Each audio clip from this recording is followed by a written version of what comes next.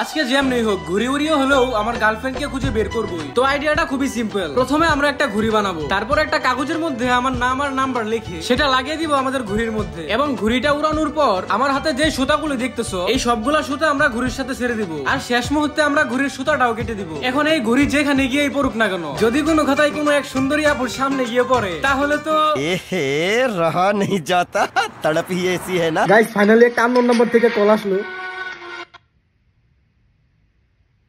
Hello, আসসালামু আলাইকুম guys, কি অবস্থা ভাইরা এবং সুন্দরী সুন্দরী আপুরা, কেমন আছো তোমরা? আজকের ভিডিওটা ভাই অনেক সিরিয়াস টাইপের একটা ভিডিও, তাই তোমরা ভিডিওতে কেউ আজকে হাহা রিয়েক্ট দিবা না। সবাই তোমাদের আপকামিং ভাবির জন্য ভিডিওতে এখন একটা লাভ রিয়েক্ট মারা দাও। আজকে সকাল থেকেই দেখতেছি বাইরে অনেক বাতাস, এখন বাইরে এত বাতাস দিয়ে আর কি হবে যদি সাথে তোমার একটা গার্লফ্রেন্ডই না থাকে।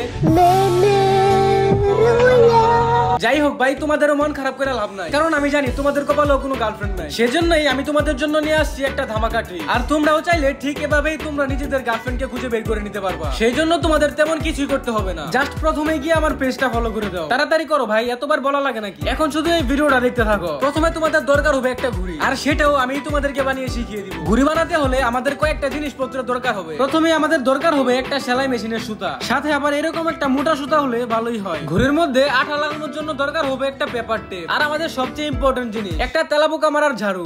না মানে এটা দিয়ে মাঝে মধ্যে আমার ভাই তেলাপোকা মারে আর কি। এটা হচ্ছে একটা শলার ঝাড়ু, আর এখান থেকে আমাদের দুটা করে 4টা শলার দরকার। ছোট সময় ঘুড়ি বানানোর জন্য ঝাড়ু থেকে শলা খুলতে গিয়ে মায়ের হাতে যে কত মায়ের খাইছি তার কোনো হিসাব নেই। তোমাদের সাথেও এমনটা হয়ে থাকলে একটু কমেন্ট বক্সে জানাও। আমি এখন যেই ঘুড়িটা বানাইতেছি এটা বানানো একদমই সহজ। ও আচ্ছা, যেটা বলতে ভুলেই গিয়েছিলাম, ফার্স্টে তো আমাদের পেপারটা মাপ মতো কেটে নিতে হবে। ঘুড়ির জন্য পেপারটাকে চতুর্ভুজের মতো করে কেটে নিতে হবে, আর সুতা দিয়ে যে এভাবেও কাগজ কাটা যায় সেটা কি তোমরা আগে থেকেই জানতা? ঘুড়ির জন্য এখন আমাদের কাগজটা রেডি। এবার আমরা ঘুড়ির জন্য যে শলাগুলো নিয়েছিলাম ওইখান থেকে একটাকে নিয়ে সোজাসুজি মেপে নিতে হবে। এই ঝাড়ুর শলাটা ঘুড়ির লম্বা বরাবর ভেঙে নিব, এর সাথে আরো একটি শলা এড করে শলা দুইটার চিকুন মাথা এবং মোটা মাথা এক সাইডে দিয়ে এটা আরো শক্ত করার জন্য সুতা দিয়ে পেঁচিয়ে নিচ্ছি। এখন আমাদের একটা ধাপ কমপ্লিট। এইবারেরটা এর থেকে একটু বড় শলা নিতে হবে, আর প্রথমেই মাপ দেওয়ার জন্য শলাটা বাকিয়ে ঘুড়ির মাপ নিয়ে নিতে হবে। তারপর এটাও সেম ভাবে মোটা মাথা এবং চিকুন মাথা একসাথে করে সুতা দিয়ে ভালো করে পেঁচিয়ে নিব, এবং ওই সুতারই এক মাথা দিয়ে এই শলাটার অপর প্রান্তে তীরের মতো করে বেঁধে দিব। এতে করে ঘুড়ির কাঠির মাপটা সমান থাকবে। এখন শুধু ঘুড়ির চার কোণায় ভালো করে পেপার টেপ গুলো মেরে দিব, এবং সাথে আরো যে যে জায়গা দরকার সেই জায়গাগুলোতেও টেপ মেরে নিব, যাতে করে ঘুড়িটা একটু স্টেবল হয়। ছোট সময় আমরা আঠা লাগানোর এই কাজগুলো করতাম ভাতের আঠা দিয়ে। এখন আমাদের ঘুড়ি একেবারেই কমপ্লিট। এবার আমাদের ঘুড়ির সাথে যে মেসেজটা পাঠাবো সেটা বানিয়ে নিতে হবে। এখন তুমি যদি এটার মধ্যে তোমার প্রেমপত্র লিখতে চাও তাহলে তোমরা ওইটাও করতে পারবে। আমি আমার প্রয়োজন মতো যা যা কিছু লেখা দরকার সবকিছুই লিখে নিলাম। তোমরা তো আবার এখন চালাক কম না, ভিডিওতে যদি আমার নাম্বারটা দেখা যায় তাহলে তো আবার কল দিতে দিতে আমার অবস্থা খারাপ করে দিবা। সেজন্য এখানে পুরো নাম্বারটা কমপ্লিট করি না। এখন কেউ আবার নাম্বার মিলানোর ট্রাই করা শুরু করে দিও না। এর সাথে আবার ছোট ছোট কাগজে কিছু চিঠি বানিয়ে নিলাম, এগুলো আমরা সুতার সাথে দিব। ঘুরে উড়ানোর পরে এই চিঠিগুলা দিলে চিঠিগুলা সুতা দিয়ে বেয়ে বেয়ে একদম উপর পর্যন্ত যায়, সেটা তোমরা পরেই দেখতে পারবা। ও আরো একটা কথা, ঘুড়ির জন্য একটু লম্বা করে লেজ বানিয়ে নিতে হবে। সেটা আর নাই দেখাই, ওটা তোমরা নিজেরাই পারবা, কারণ লেজ ছাড়া কিন্তু ঘুড়িটা ঠিক মতন এই উপরে জায়গা মতো বসে থাকবে না। লেজটা তোমাদের ইচ্ছে মতন তোমরা নিজেরাই বানিয়ে নিও। ঘুড়ির আরো একটা মেইন জিনিস হচ্ছে ঘুড়ির বাড্ডু। এখন আমাদের এলাকায় তো এটাকে বাড্ডুরি বলা হয়। বাড্ডুরটা হচ্ছে মূলত ঘুড়ির সাথে যে সুতাটা লেগে থাকে। ঘুড়ির বাড্ডুরের মধ্যে যদি ভুল হয় তাহলে ঘুড়িটা উড়ার সম্ভাবনা খুবই কম। আমরা যেই মোটা সুতাটা নিয়েছিলাম ওইখান থেকে একটু সুতা নিয়ে ঘুড়িটার এই দুইটা জায়গায় সুতাটা বাঁধতে হবে, আর সুতাটা থাকবে ঘুড়ির অপর পাশে। এই দুইটা সুতার মধ্যে উপরের সুতাটা নিচের সুতার থেকে একটু ছোট রাখতে হয়। তোমরা যারা এই ভিডিওটা দেখতেছো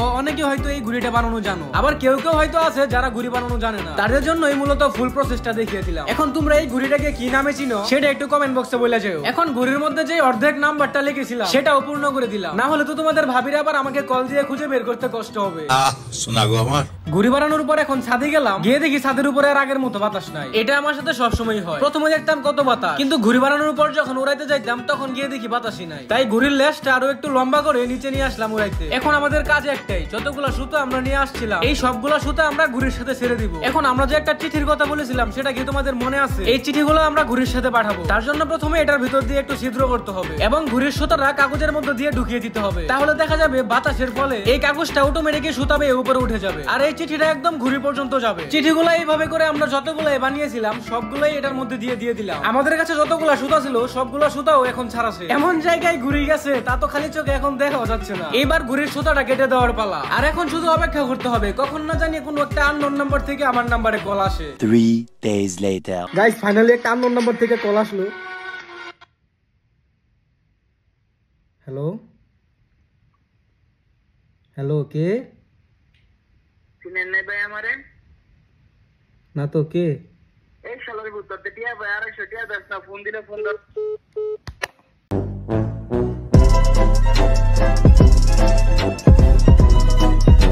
গাইস এখন কথা হচ্ছে 3 দিন অপেক্ষা করার পরও আমরা কারো কল পাইলাম না। হয়তো ঘুড়িটা কোনো গাছে কিংবা কোথাও আটকে গেছে, না হলে তো অবশ্যই কেউ না কেউ কল দিতই। আমরা আমাদের এই মিশনটা ফেলই ধরতে পারি। এরপরেও তোমরা কিন্তু ট্রাই করে দেখতে পারো। আরেকটা কথা, আমি কিন্তু হার মানি না, আমি এটা আবারও ট্রাই করব এবং অবশ্যই সাকসেসফুল হয়ে তোমাদের জন্য ভিডিও পোস্ট করব। তোমরা সেই ভিডিওর অপেক্ষায় থাকো। এখন কি আর করবা, ভিডিওতে একটা হাহারি একটি মাইরা দাও আর পেজ ফলো করতে কিন্তু ভুলো না, না হলে কিন্তু পরবর্তী ভিডিও আবার দেখতে পারবো না। দেখা হবে অন্য কোনো ভিডিওতে। আল্লাহ হাফেজ।